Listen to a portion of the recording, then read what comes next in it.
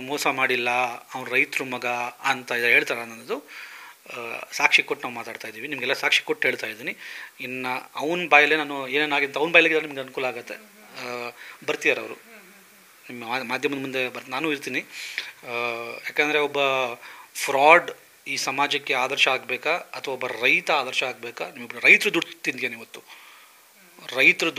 ರೈತರು ಮಗ ಅಂತ ಹೇಳ್ಕೊಂಡು ಅಲ್ಲಿ ಓಟ್ ಗಳಿಸ್ಕೊಳೋರು ರೈತರ ದುಡ್ಡೇ ರೈತರ ದುಡ್ಡು ತೊಗೊಂಡು ಮೋಸ ಮಾಡಿದೆ ಅಂತ ಅವ್ರ ಪಾರ್ಟ್ನರ್ ಹೇಳಿರ್ಬೇಕಾರೆ, ಆಮೇಲೆ ಇವರು ಬ್ಯಾಂಕಿಗೂ ಮೋಸ ಮಾಡಿದೆ ಅಂತ is ready to become a government approver. That what I told me.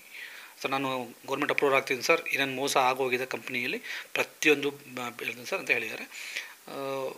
Government approve ಆದವರಿಗೆ ನಾವು ಕಾನೂನು ಅಥವಾ ಏನು ಹೆಲ್ಪ್ ಮಾಡಬೇಕು ಅದು ಮಾಡೇ ಮಾಡ್ತೀವಿ ಮೇಡಮ್. ನನ್ನ ಲಾಯರ್ಗೂ ಸಹ ಈ ಮಾತನ್ನ ನಾನು ತಿಳಿಸಿದ್ದೀನಿ.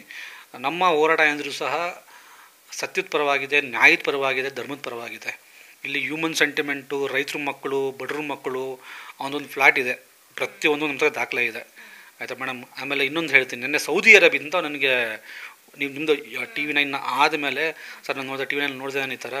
ನೀವು ಪೋಷಕರಾಗಲು ಕಾಯುತ್ತಿದ್ದೀರಾ? ಚಿಂತಿಸದಿರಿ. ಓಯಾಸಸ್ ಫರ್ಟಿಲಿಟಿ 90,000 ದಂಪತಿಗಳ ಜೀವನದಲ್ಲಿ ಸಂತೋಷವನ್ನು ತಂದಿದೆ. 7825893601ಗೆ ಕರೆ ಮಾಡಿ. ಅತ್ಯದ್ಭುತ ರಿಯಾಯಿತಿ ಪಡೆಯಿರಿ ಹಾಗೂ ಎಲ್ಲರಿಗೂ ಗುಡ್ ನ್ಯೂಸ್ ಕೊಡಿ.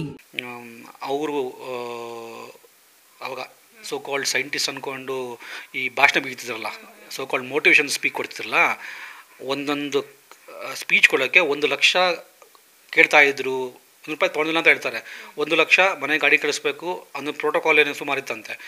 ಇಂಥ VIP ಪ್ರೋಟೋಕಾಲ್ ಎಲ್ಲ ಅವನು ಎಕ್ಸ್ಪೆಕ್ಟ್ ಮಾಡಿದ. Really surprise. ನಾವು ಟಾಕ್ ಕೊಡ್ತೀವಿ ಮೇಡಮ್. ನಮ್ಮ ಗೌರ್ಮೆಂಟಲ್ಲಿ ಒಬ್ಬ ಎಕ್ಸ್ಪರ್ಟ್ ಟಾಕರ್ಗೆ ₹800 ಇದೆ.